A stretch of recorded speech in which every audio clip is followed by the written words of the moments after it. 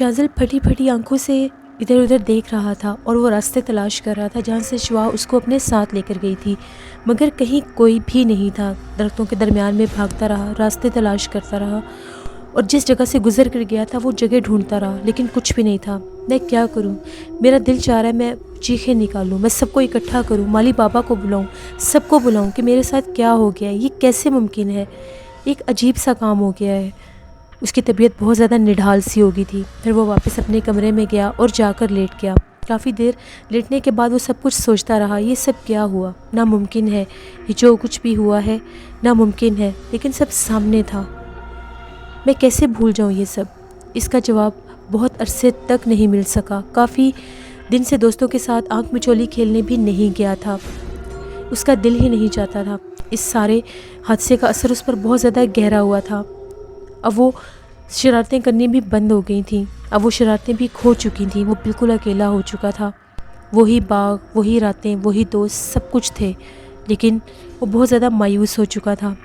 10-12 دن گزرنے کے بعد شوا کا اثر بھی اس کے ذہن سے کچھ مدھم ہونے لگ گیا۔ البتہ تبدیلی یہ آئی تھی کہ وہ بہت زیادہ سنجیدہ ہو چکا تھا۔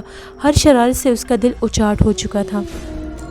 وہ بہت زیادہ کوشش کر رہا تھا کہ شوا کو بھول جائے، اور شوا کا جو ایک عکس تھا وہ بھی مدھم ہونے لگ گیا۔ لیکن جب بھی چاند کی 14ویں ہوتی تھی تو شازل کا دل بہت زیادہ دھڑکنے لگ جاتا تھا۔ نہ چاہتے ہوئے بھی وہ چاندنی رات میں شوا کو ڈھونڈنے کے لیے درخت کے نیچے جا پہنچتا تھا، لیکن شوا کبھی بھی واپس نہیں آئی۔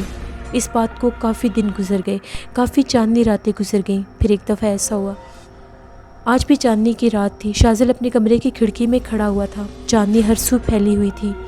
پرانی حویلی کے بوڑھے درخت دور سے دیکھے جا سکتے تھے جو چاند کی چاندنی میں چمک رہے تھے۔ پھر اس کو ایک دم سے محسوس ہوا جیسے درخت کے نیچے کوئی روشنی چمک رہی ہے۔ یہ کون ہے؟ وہی تجسس، فطرت تو نہیں بدل سکتی نا۔ باہر نکلا، بھاگتا وہ اس جگہ پر پہنچا تو وہاں پر شوا کھڑی تھی۔ بے اختیار اس کی طرف لپکا، شوا؟ میں نے اس کو پکارا اور وہ بولی، ہاں میں ہوں۔ میں جانتی ہوں تم مجھ سے بہت زیادہ ناراض ہوگی شازل، میں بہت زیادہ مجبور تھی۔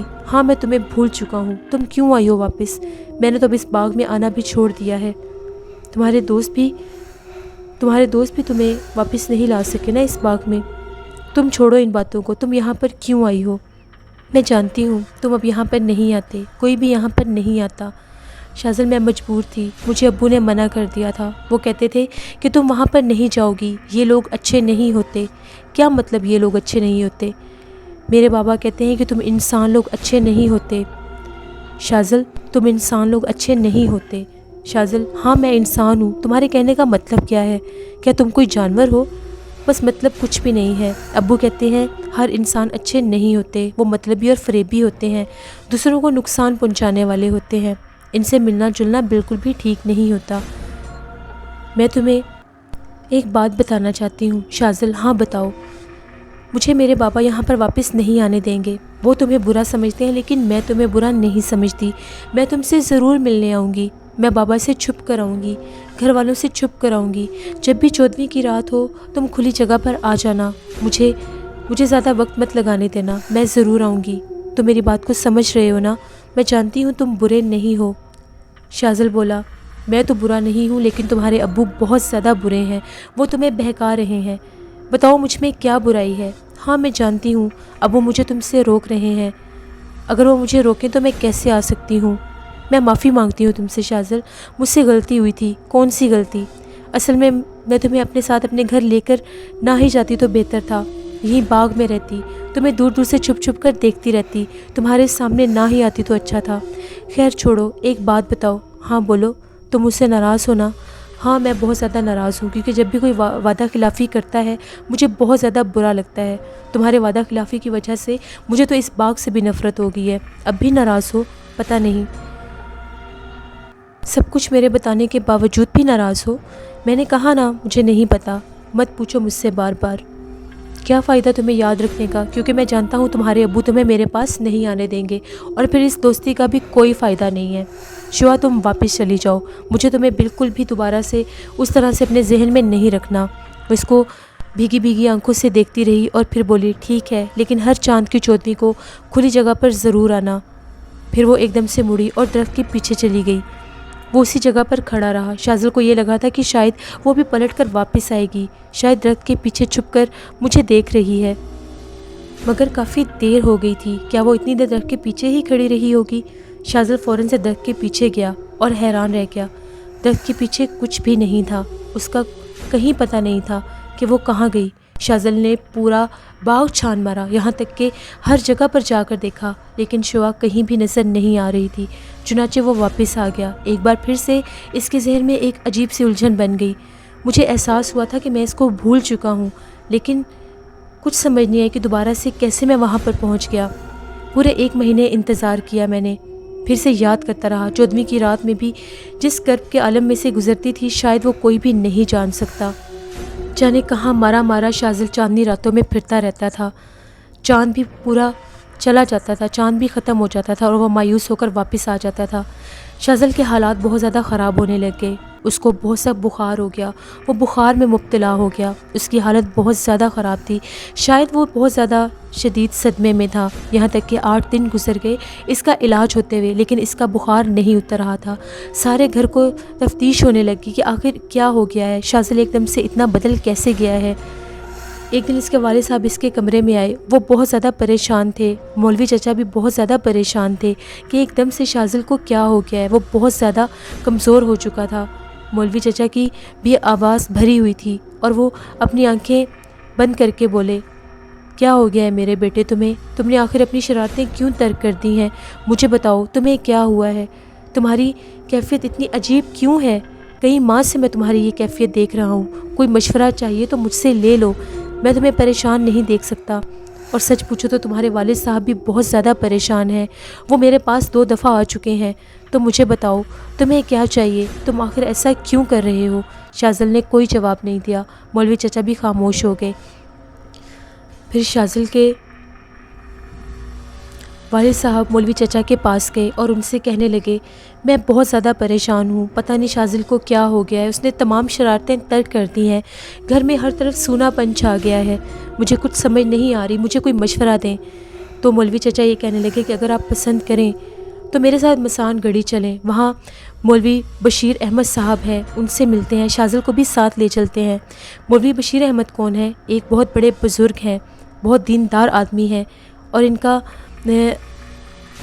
کام لوگوں کی فلاح کرنا ہے، اللہ کے کلام سے لوگوں کی مدد کرتے ہیں، ان کی مشکلیں آسان کرتے ہیں۔ مسان گڑھی کی ایک جگہ مسجد کے حجرے میں مولوی بشیر سے ملاقات ہوئی۔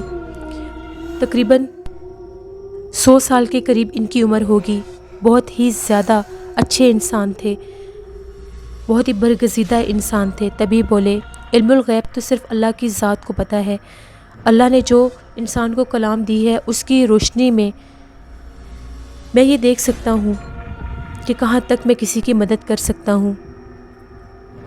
بچے کے بارے میں کوشش کرتا ہوں، اللہ کا کلام پڑھ کر اس کی رہنمائی طلب کرتا ہوں، کامیابی انشاءاللہ کامیابی ہوگی تو ضرور آپ کو بتاؤں گا۔ آپ لوگ رات کو مسجد میں قیام کریں۔ والد صاحب تیار ہو گئے۔ رات ہم نے مسجد میں گزاری تھی۔ دوسری صبح مولوی بشیر احمد کے ہاں سے ناشتہ آیا اور دن 11 بجے مولوی صاحب نے حجرے میں طلب کیا۔ یہ ایک تعویذ لکھا ہے ہم نے، یوں سمجھ لیں کہ اسے احتیاط سے رکھنا بہت ضروری ہے، یہ حال نہیں مستقبل کے لیے ہے، بہت سے عوامل گزریں گے جو کہ بہت سے عوامل گڑبڑ بھی ہیں، صدقہ دیجئے۔ کچھ اور بتائیے مولوی صاحب، والد صاحب نے پوچھا۔ برخودار وضاحت نہیں ہو سکتی، جتنا بتایا ہے اتنا ہی کیجیے، میں نے بہت کوشش کی ہے لیکن اس کو کوئی نقصان نہیں پہنچے گا، لیکن بہت سی پریشانیاں اس کو ضرور آئیں گی، اللہ خیر کرے گا۔ واسطے میں والد صاحب نے کہا، کچھ ہوا ہی نہیں، مولوی صاحب نے تو کچھ بتایا ہی نہیں، آخر میرے بیٹے کو کیا ہوا ہے؟ خیر، مولوی چچا نے یہ کہا کہ یہ جو تعویذ ہے اس کے گلے میں ڈال دیں، باقی اللہ مالک ہے، اللہ پر بھروسہ رکھیں۔ وقت گزرنے لگا، طبیعت کی تبدیلی دور نہ ہو سکی۔ اس کی سب سے بڑی وجہ شعاع ہی تھی، جو اس کے بعد کبھی بھی کسی 14ویں کو واپس نہیں آئی، اور یہ ہر 14ویں کو اس کا انتظار کر کر کے تھک چکا تھا۔ البتہ یہ کہا جا سکتا تھا کہ اسے عشق ہو گیا ہے۔ بچپن کی عمر میں اس احساس کی تمیز نہیں ہوتی کہ اس کے ساتھ کیا ہو رہا ہے، لیکن جو گزر رہا تھا وہ سارا یہی ظاہر کرتا تھا کہ شاذل کو عشق ہو گیا تھا۔ رفتہ رفتہ دوسرے عوامل بھی غالب آنے لگے۔ والد صاحب بھی میرے لیے بہت زیادہ سنجیدہ ہو گئے تھے، خاص طور پر مولوی بشیر احمد کے ان الفاظ کے بعد تو بہت زیادہ ہی پریشان رہنے لگے تھے۔ حویلی، جائیداد، زمینوں کا سارا کاروبار میرے 2 بھائی والد صاحب کے ساتھ مل کر سنبھالا کرتے تھے۔ تمام ذمہ داریاں ان پر ہی تھیں، لیکن میں گھر کا چھوٹا تھا، اس لیے والد صاحب نے مجھے کسی بھی ذمہ داری میں نہیں ڈالا تھا۔ والد صاحب مجھ سے بہت زیادہ پیار کرتے تھے، اور شاید یہی وجہ تھی کہ میرے دونوں بھائی اظہر امیر الدین اور اطہر امیر الدین میرے سے بہت زیادہ عداوت رکھتے تھے اور بہت زیادہ عجیب طرح سے میرے ساتھ پیش آتے تھے۔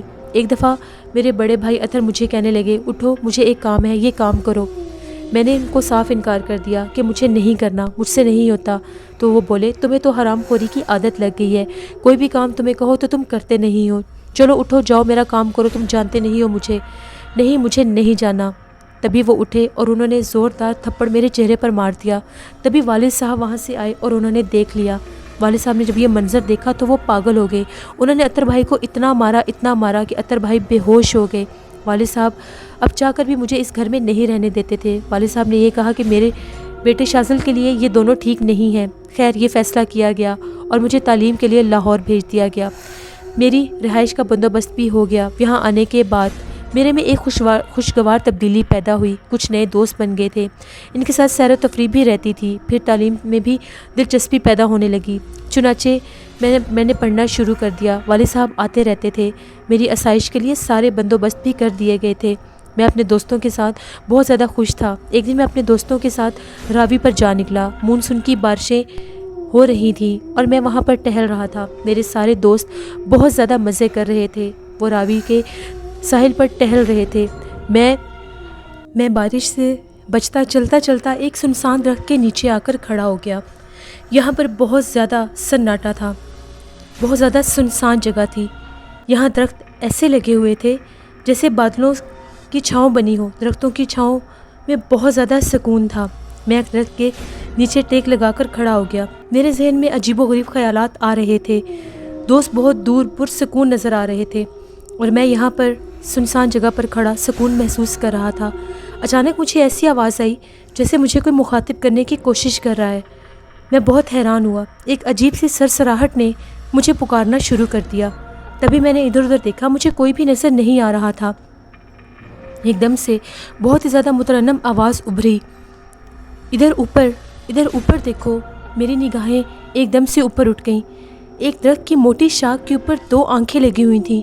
وہ بہت ہی زیادہ حسین آنکھیں تھیں، اتنی خوبصورت، اتنی پرکشش انسانی آنکھیں کہ ان کو دیکھ کر انسان اپنے حواس کھو بیٹھے۔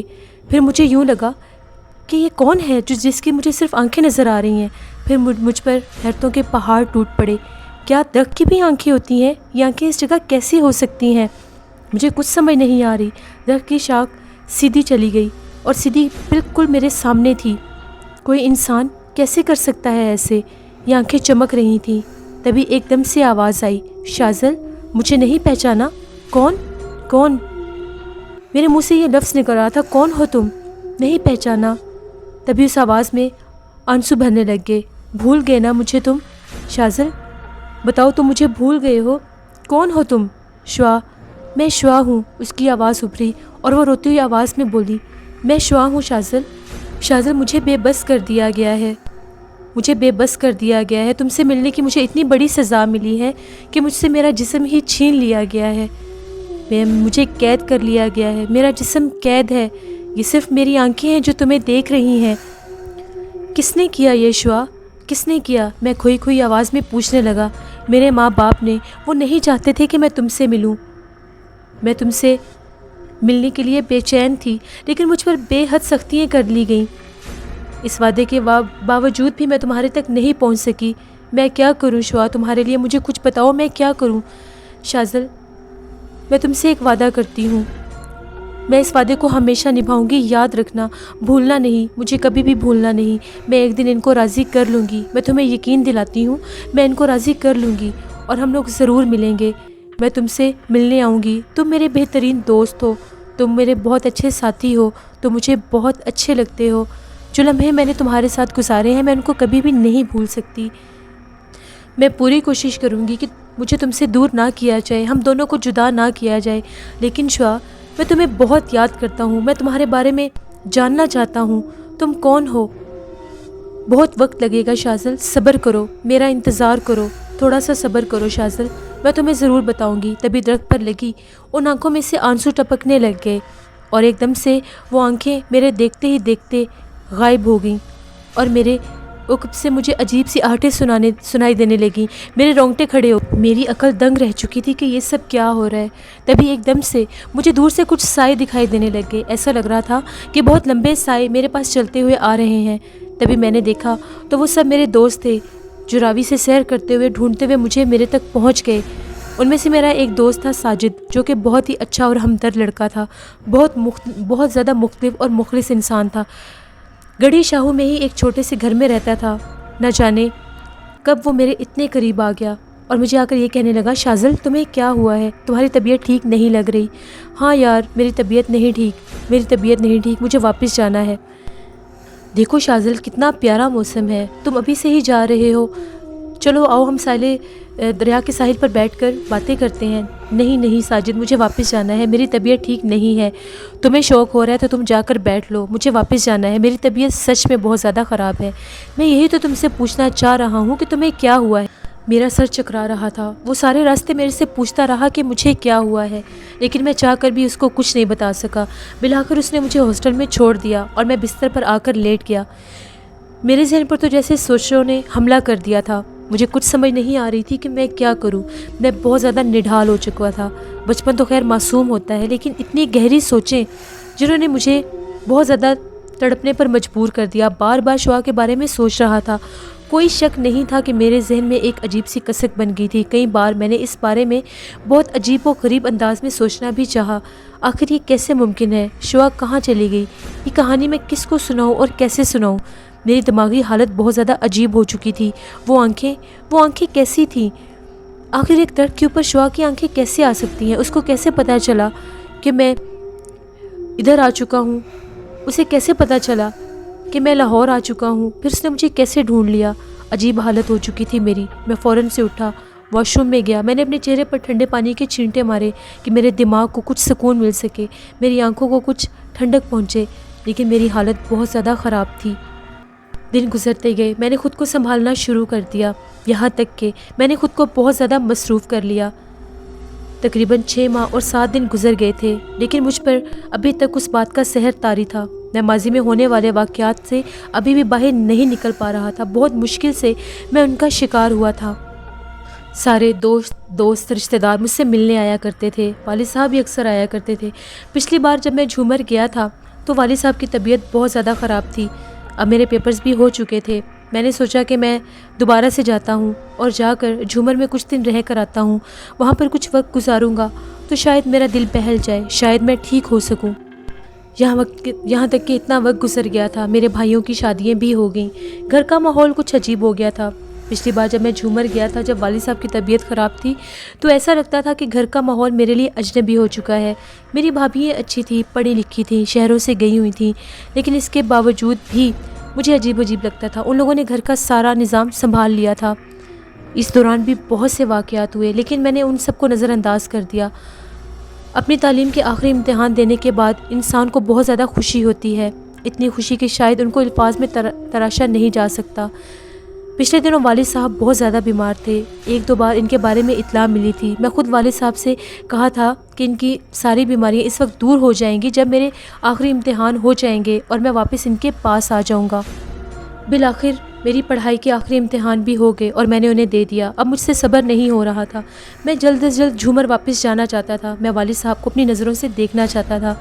تبھی میں نے ایک بس لی اور وہاں سے جھومر جانے لگا۔ جیسے ہی بس نے اس اسٹیشن پر جھومر کے بستی کے سب لوگوں کو اتارا، اس نے مجھے بھی اتار دیا۔ اس وقت وہاں پر صرف 3 تانگے کھڑے ہوئے تھے، ان میں سے ایک تانگا چودھری امام دین کا بھی تھا۔ چودھری امام دین ہماری بستی کے ایک معزز آدمی تھے۔ ان کے 2 بیٹے 1965 کی جنگ میں شہید ہو گئے تھے اور چودھری امام دین اپنی بوڑھی ہڈیوں کے ساتھ بھرپور محنت کیا کرتے تھے۔ ان کو کسی بھی قسم کا لالچ نہیں تھا، وہ بہت زیادہ عزت کے ساتھ اپنا کام کرتے تھے۔ حکومت نے ان کو مراد دینے کی بہت کوشش کی، لیکن انہوں نے حکومت سے کچھ بھی نہیں لیا۔ بالآخر اپنے تانگے پر ہی اپنا سارا وقت گزار دیا اور اسی تانگے پر وہ جھومر کے لوگوں کو کبھی اسٹیشن پر چھوڑا کرتے تھے اور کبھی لیا کرتے تھے۔ جیسے ہی میں نے انہیں سلام کیا انہوں نے مجھے دیکھا اور وہ چونک پڑے اور تانگے سے نیچے اترے۔ ارے شاذل بیٹا تم؟ ان کی آواز کچھ عجیب سی لگ رہی تھی۔ میں نے ہلکی سی لرزش میں کہا جی میں۔ عمر کا تقاضا تھا، شاید وہ مجھے پہچان نہیں سکے۔ چودھری صاحب نے کہا ارے بیٹا تمہیں کسی نے خبر نہیں دی، تم اب آ رہے ہو؟ چودھری صاحب کے الفاظ میں بہت زیادہ حیرت تھی۔ کیسی خبر چودھری صاحب؟ مجھے تو حیرت ہو رہی ہے، تمہیں کسی نے کچھ بھی نہیں بتایا؟ میں آپ سے پوچھ رہا ہوں آپ کیا بات کر رہے ہیں؟ شاذل بیٹا تمہارے بھائیوں نے تمہیں کوئی خبر نہیں دی؟ کیا میں سچ کہہ رہا ہوں؟ چودھری صاحب مجھے بتائیے آخر آپ کون سی خبر کی بات کر رہے ہیں؟ مجھے جلدی سے بتائیں کیا ہوا ہے؟ چودھری صاحب نے گردن جھکا لی اور پھر بولے دیکھو بیٹا تمہارے والد صاحب اب اس دنیا میں نہیں رہے۔ تمہارے والد صاحب اللہ کو پیارے ہو چکے ہیں اور ان کا انتقال ہوئے تقریباً 1 ماہ سے بھی زائد ہو چکا ہے۔ میرے دماغ پر تاریکی سی چھا گئی، پورا جسم سائیں سائیں کرنے لگ گیا، میری آنکھوں کے آگے اندھیرا چھا گیا اور میرا حلق بالکل بند ہونے والا تھا۔ آپ کیا کہہ رہے ہیں؟ مجھے کچھ سمجھ نہیں آ رہی، ایسا کیسے ممکن ہے؟ وہ تو صرف بیمار تھے، جہاں تک مجھے اطلاع ملی وہ تو صرف بیمار تھے۔ آخر ایسا کیسے ہو گیا؟ وہ تو تندرست تھے نا؟ تبھی چودھری صاحب نے کہا نہیں بیٹا وہ بہت عرصے سے علیل تھے، ان کی حالت بہت زیادہ خراب ہو گئی تھی۔ تبھی ہم لوگ گھر تک پہنچے تو میرے بھائیوں نے دیکھا کہ میں آ چکا ہوں اور وہ باہر آئے اور اداکاری کرنے کے لیے مجھ تک پہنچے۔ میں نے ان کی طرف سیدھا ہاتھ کر کے کہا بس مجھے 1 منٹ کے لیے یہ بات بتائیں کہ ابو کے انتقال ہوئے کتنا عرصہ ہو گیا ہے؟ 1 مہینہ 5 دن۔ اطہرالدین تو آپ نے مجھے اطلاع کیوں نہیں دی؟ وہ میرے بابا تھے، مجھ سے بہت زیادہ پیار کرتے تھے، ان کی وصیت کے مطابق ہی تمہیں نہیں بتایا گیا۔ وہ چاہتے تھے کہ تم امتحان دے رہے ہو اس لیے تمہیں نہ بتایا جائے۔ انہوں نے کہا اور آپ نے مان لیا؟ آپ لوگوں نے یہ بھی نہیں سمجھا کہ وہ اس دنیا سے رخصت ہو رہے ہیں، جا رہے ہیں؟ مجھے بتا ہی دیا جائے تاکہ میں شریک ہو سکوں۔ وہ میرے والد صاحب تھے، آپ لوگ ایسا کیسے کر سکتے ہیں میرے ساتھ؟ آپ لوگوں نے جان بوجھ کر مجھے ان کا آخری دیدار نہیں کرنے دیا۔ میں سوچ بھی نہیں سکتا تھا کہ آپ لوگ میرے ساتھ ایسا کر سکتے ہیں، اس میں کوئی شک نہیں ہے۔ ہم لوگ مجبور تھے، ہم لوگ کیسے بلا سکتے تھے تمہیں؟ میں بہت زیادہ رونے لگ گیا، ساری حویلی بہت زیادہ اجنبی سی لگ رہی تھی، عجیب سا انداز پیدا ہو گیا تھا۔ اس حویلی میں میرے تعلق کا کوئی بھی نہیں رہا تھا۔ بھائی تو پہلے ہی مجھ سے دور رہتے تھے اور اب تو وہ زیادہ ہی میرے دل سے اتر چکے تھے۔ شاذل زندگی سے بہت مایوس ہو چکا تھا، ایک باپ ہی تھا جو اس سے محبت کرتا تھا، وہ بھی اس دنیا سے جا چکا تھا۔ بھائی اپنے ہو کر بھی اپنے نہیں تھے۔ شوا جس سے وہ بہت زیادہ محبت کرنے لگا تھا وہ بھی قید کر لی گئی تھی۔ لسنرز اب نیکسٹ ایپیسوڈ میں آپ لوگ دیکھیں گے کیا شوا شاذل کی زندگی میں واپس آئے گی؟ کیا شوا شاذل کو ملے گی؟ کیا شاذل اکیلے زندگی کی یہ جنگ لڑ سکے گا؟ سب کچھ جاننے کے لیے آپ لوگوں کو دیکھنا پڑے گا جن زادی ناول کی نیکسٹ ایپیسوڈ کو۔ اپنا فیڈ بیک مجھے ضرور دیں، آپ لوگوں کو جن زادی ناول کیسا لگ رہا ہے اور میرا یہ چینل آپ لوگوں کو کیسا لگ رہا ہے جس پر میں ناولز پوسٹ کر رہی ہوں۔ میرے بہت سے لوگ میرے چینل کو وزٹ کر رہے ہیں لیکن ابھی تک انہوں نے میرے اس چینل کو سبسکرائب نہیں کیا، تو میرے چینل کو سبسکرائب کریں، مجھے آپ لوگوں کی سپورٹ کی ضرورت ہے۔ میرے چینل کی ویڈیوز کو ضرور شیئر کریں۔ انشاءاللہ کل آپ لوگوں کے ساتھ پھر ملاقات ہوگی۔ Thank you for watching, stay blessed, اللہ نگہبان۔